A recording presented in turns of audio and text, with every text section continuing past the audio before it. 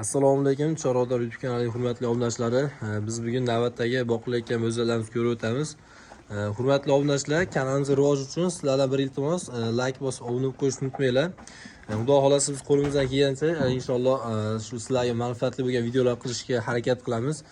Keyin xudo xolasa shu narx-navolarni yoritib, faqat O'zbekistonda emas, inshaalloh shu chet davlatlar narx-navolarni, holatlarini sizlarga yoritishga harakat qilamiz. Sizlardan bir iltimos, kanalimizni qo'llab-quvvatlab yuborasizlar degan umiddamiz. Biz videolarimizni boshladik.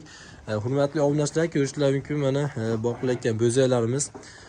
Jonivorlarga hozir o'sha bir kunda bir mahaliga 5 kilo silyoz, 1 kilo padbor, 1 kilo somon atrofida shunaqa yem beriladi. Biz tortmaymiz, biz taxminan shunaqa yem beramiz. Bir mahaliga bu keyin kepagan mana shu to'roviga bir mahaliga 1,5 kilo kepa, 1,5 kilo kunjara beriladi. Shunaqa atrofida beriladi adashmasam. Jonivorlar ko'rishingiz mumkin, etlari ham yaxshi, o'zi kichkina bo'lgani bilan ancha yemlar dadil yeydi. Biz ertalabki yemlarni mana shu katta tog'oramiz bor. Shunda bir tog'ora silyoz, bir tog'ora silyoz bilan shakalda hali padvorni aralashtirib beramiz. Undan keyin uni yeb olgandan keyin shu ertalabki o'zi bir mahalni ikkiga bo'lib beramiz. Uni yeb olgandan keyin yana bir tog'ora silyoz, keyin bir paqir somon aralashtirib beramiz. Shunda mollarda hali yemga nimasi ham bo'lmaydi, ishtahasi ham buzilmay, chunki agar hamma yemni bitta oxiriga qilib qo'ysak, oxir to'lib mollarning ham ko'ngli qolishi mumkin. Shu sababli ammo birinchi yemni yeb olgandan keyin ikkinchi yemni solib shunaqa qilib beramiz. Mana mollar ko'rishingiz mumkin, simental gibrid bo'zaklar. Mana mollarimiz ham keng yaxshi mollar. Bularni ko'rishingiz mumkin. Bular kichkina bo'lishiga qaramay, jonivor orqali yelkalari yollab, ancha yollagan, keng polvon bo'zak. Mana bular ham shu simental gibrid.